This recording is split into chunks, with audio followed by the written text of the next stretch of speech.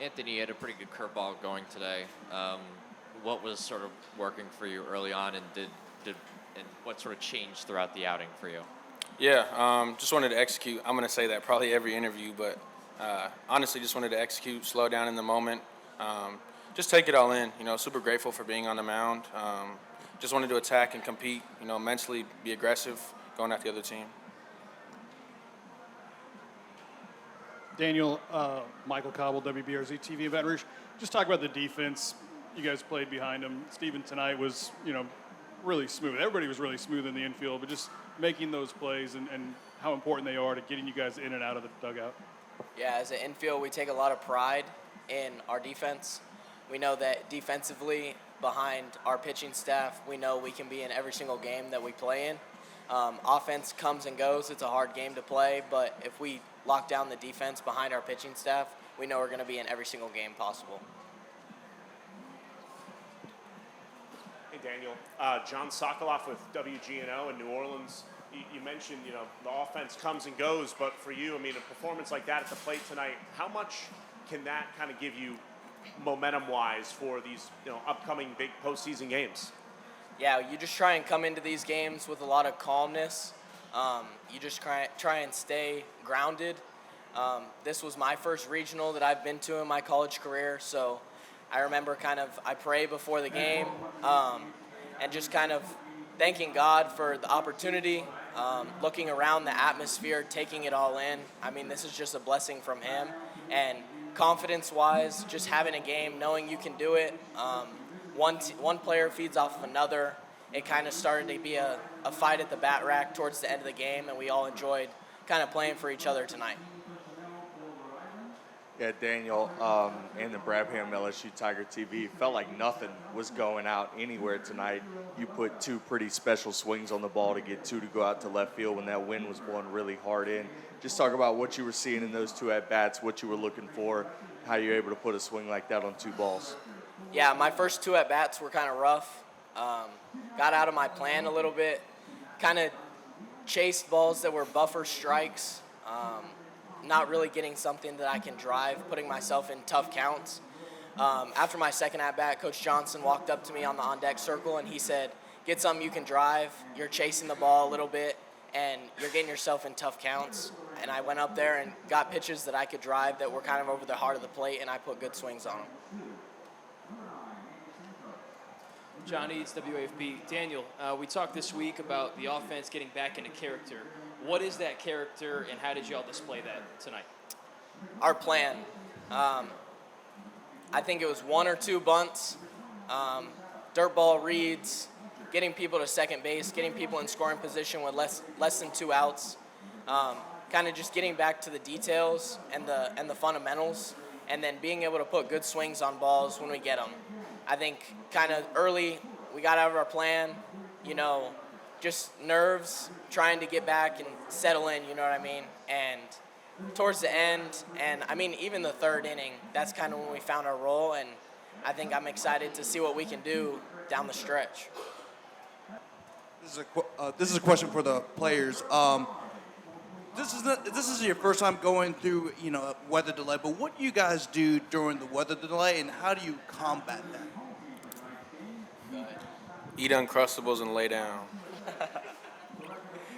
I drove to Chipotle, got some food, and took a nap. Glenn Gilbo, Tiger Egg. Anthony, when did you find out you were going to start, and what did you do during the 2 rain delays? Yeah, I know we had a little bit of a mix on who could start coming into this game. Found out later in the week. Was prepared for it. Love pitching in the moment, whenever it is for me, whether that's starting or leaving. Just really excited. I say that a lot. Keep saying that. Just really grateful for the opportunity.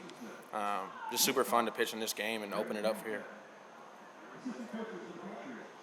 Yeah, during the delay, I literally just laid down, eating Uncrustables, chilling.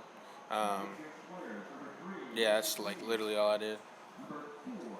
Yeah, Anthony over here. You've been trending this way for a while, but last 33 innings, I think you've only allowed 3 earned runs in your last kind of 5 outings here. What has gone into kind of this late season surge for you?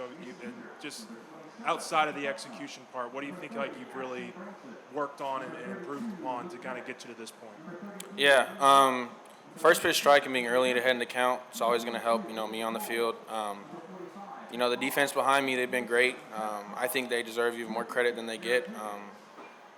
It feels like the play is made every time, and it's really easy to pitch. In confidence, it's easy to be confident pitching, knowing that, I have these guys behind me that are going to make the play, 9 times out of 10. Hey, Anthony, just knowing you're going to get the ball today to kind of set the tone, I guess, just what does that say to you about the belief that your coaches have in you, and how much were you wanting to rise to the occasion and prove them right? Yeah, super blessed for the coach to believe in me, to take the ball for the first game. Just means a lot, they show a lot of support and they help me a lot on and off the field just to be the best version of myself. And I think just, seeing the trust that they had in me pitching the first game was a big step for me. Anthony, this is kind of 2 weeks in a row you've done something out of the ordinary, at least here at LSU, right? You come out of the bullpen last week, and then you start the opening game of a series, term whatever it is, this week. What allowed you to succeed in kind of these moments that aren't routine for you this year? Yeah, just being adaptable, just being able to adapt to, certain situations, just understanding that my routine is going to prepare me for what's to come. And I think just learning how to master that and really, control myself helps me for any situation. Anthony, a lot of ground balls tonight. How much of that was by design? I'm not sure. They hit the ball on the ground, hit the ball in the air. As long as they're out, I'm fine with that. Anthony, with DJ and Maverick taking over for you, how much confidence did you have in those last 2 innings? Yeah, it's really cool seeing those guys progress, especially Mav. He's insane.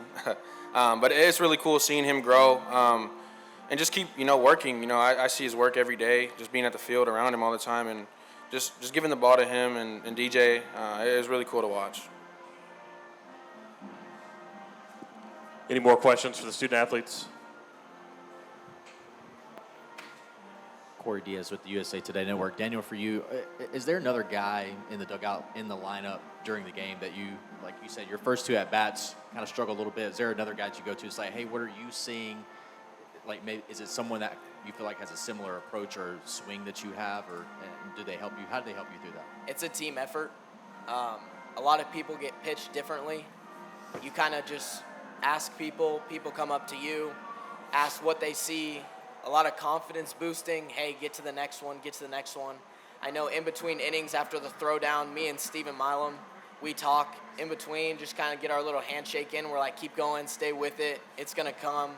We take a lot of pride in our defense, so it's always, hey, make a play and then go get to the next at-bat. I know me and Ethan Fry talk a lot, but it's at the end of the day, it's just a team thing, talking to each other, keeping everything involved, and just going after it and knowing that it's 9 guys in the lineup against 1 pitcher. All right, we're going to let Anthony and Daniel go. Thank you, guys. Appreciate y'all. Thank you.